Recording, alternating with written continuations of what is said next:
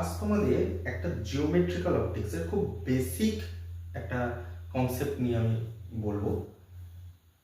সেটা হচ্ছে object and image. Object হচ্ছে intersection point of incident rays and image হচ্ছে intersection point of reflected or refracted rays. এইটুকুনি কথা যদি মনে রাখা যায় না, জিওমেট্রিক্যাল অপটিক্সের অনেক বড় বড় ডিফিকাল্টের প্রবলেমও কিন্তু অনায়াসে সলভ করা যেতে পারে। তো আমি তোমাদের একটা এক্সাম্পল দিয়ে দেখাবো।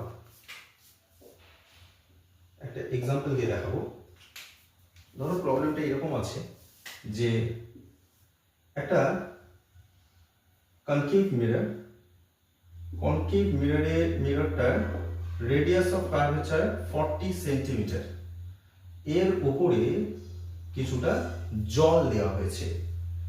কতখানি জল দেওয়া হয়েছে? এই হাইটটা হচ্ছে 5 সেন্টিমিটার।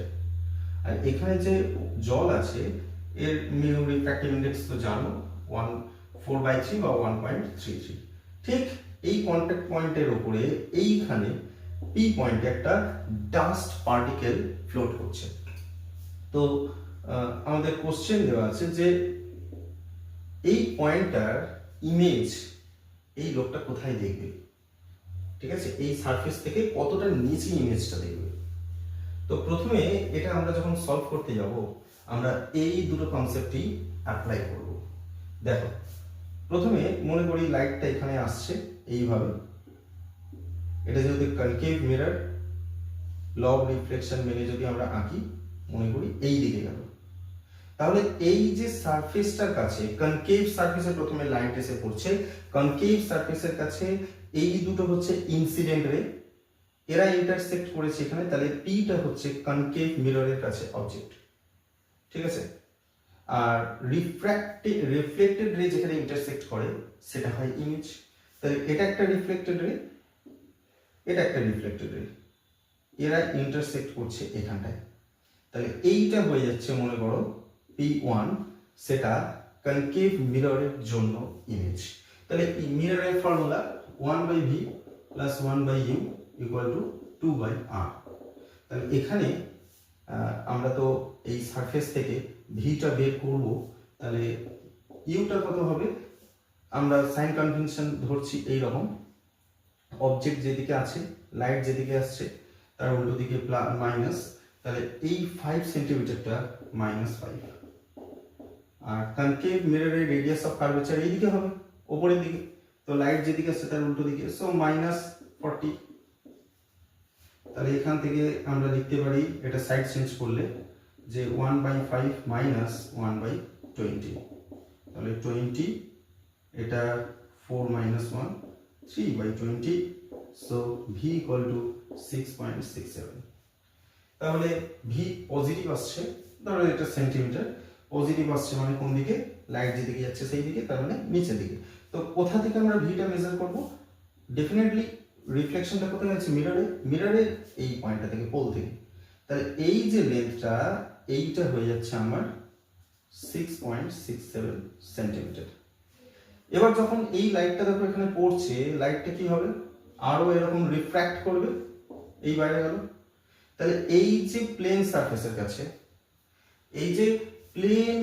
কাছে, রিফ্র্যাকশন হচ্ছে, এদের কাছে ইনসিডেন্ট রে কোনটা? এইটা আর এটা। তাহলে এরা কোথায় মিট করছিল? P1 এ। তাহলে P1 behaves as object for this plane surface, তাই না? কারণ আমি তো বলেই দিয়েছি ইনসিডেন্ট রে যেখানে ইন্টারসেক্ট করবে সেটা হচ্ছে অবজেক্ট। তাহলে এই যে প্লেন সারফেসে ইনসিডেন্ট রে তো এই দুটো, তাহলে এরা মিট করছে এখানে, তাহলে P1 হচ্ছে এই সারফেসের কাছে অবজেক্ট।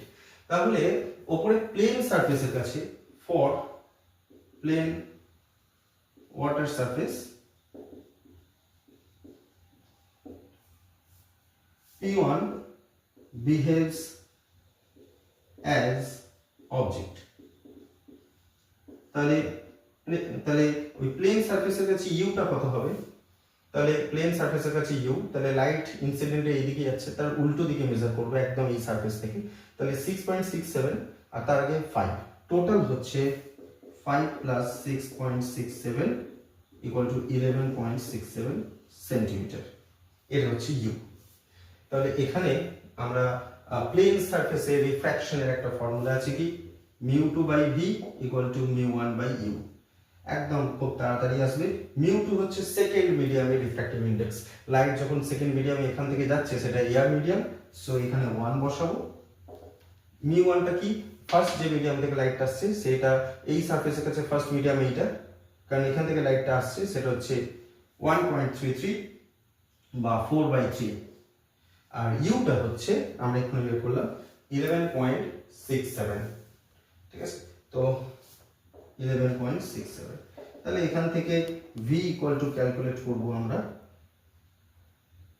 3 ইন্টু 11.67/4। ওকে, তো কাটাকুটি করলে